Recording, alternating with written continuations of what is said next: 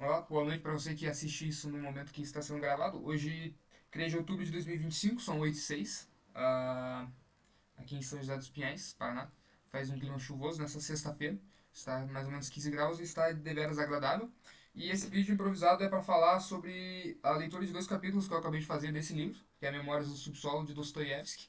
É um livro complexo, é um livro, eu diria que propositalmente complexo. Ele foi escrito em 1864. Dostoiévski, acredito que seja o escritor russo mais famoso e mais influente.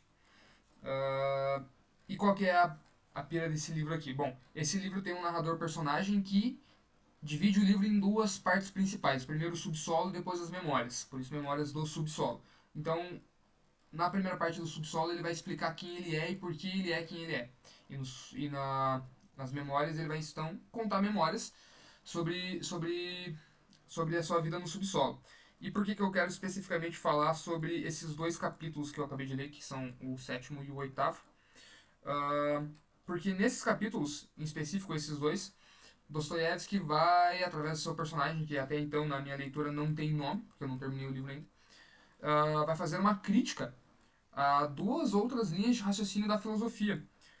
Uma que é contemporânea a ele, também de 1860 e alguma coisinha, de Henry Thomas Buckle, 1821 a 1862, foi a vida dele. E, bom, ele é autor do livro mais famoso dele, A História da Civilização da Inglaterra, onde ele defendia que a história era regida por leis estatísticas e positivas e que a história da Inglaterra valia como modelo universal. Então, nesse livro, ele descreve que o ser humano, através da civilização, acaba se tornando cada vez mais pacífico. E também ele vai tirar sarro de uma outra linha de raciocínio. Deixa eu achar por aqui, perdão. Uh, cadê? Escrito por Stuart Mill, que inclusive foi refutado por Immanuel Kant em 1700 e alguma coisinha, século XVIII. E qual que é a parada aqui? O que, que o Dostoiévski então escreve através dessa persona e que ele tira sarro de Mill e de Buckle? Bom, o Buckle, como eu falei, tem aquela visão, e Mill, ele acreditava que o ser humano faz e fazia o que fazia, e faz o que faz, em busca da felicidade. Então, que seus atos eram justificados e eles aconteciam em busca da felicidade plena. E, bom, esse capítulo ele é muito curioso porque o Dostoiévski, assim como o Kant fez, ele vai refutar essa linha de raciocínio de forma até irônica. E ele diz o seguinte: ele diz que o ser humano é tão venenoso e tão ardiloso que se nós conseguíssemos transformar o nosso desejo em uma tábula com fórmulas e conseguíssemos então transformar esse desejo em razão, a uma maneira onde nós conseguíssemos anteceder e provar que a gente pode construir os nossos desejos através de uma fórmula matemática para eles serem sempre exatos, primeiro, eles deixariam de ser desejos. E segundo, o ser humano sempre arranjaria uma maneira de contrariar isso, ir contra o próprio lucro, como ele menciona várias vezes, para provar a si mesmo que é um ser humano, pois o ser humano, dentro da sua natureza, vai sempre ser contraditório e ardiloso e venenoso e vai fazer as escolhas que não lhe tragam sempre o maior lucro, simplesmente para fugir dessa análise de que os desejos podem ser derivados de uma forma matemática e serem exatos. Ele gosta de fazer uma análise que, se o ser humano fosse assim, ele seria apenas uma tecla de piano tocada pela própria mão das leis da natureza própria, que é perfeita e involátil. Mas ele nega isso. Ele diz não, o ser humano não é isso. O ser humano ele vai além e ele refuta Mill porque ele diz que Mill faz as escolhas em busca do maior lucro possível que ele possa encontrar. Mas Dostoiévski, como seu personagem, diz não. Ele não é assim. O ser humano não é assim. E ele defende essa tese ao longo do começo do livro, sem que nós sabemos, é claro, porque ele desenvolve o próprio personagem como sendo um homem contrário a si mesmo. O homem que foi rígido com todos à sua volta durante toda a sua vida, mas não porque era a sua natureza. Por mais que em algum ponto ele tenha, talvez até acreditado nisso com certa vergonha. Mas ele é contraditório, na verdade ele não era raivoso por dentro. Ele fazia essas escolhas por monotonia.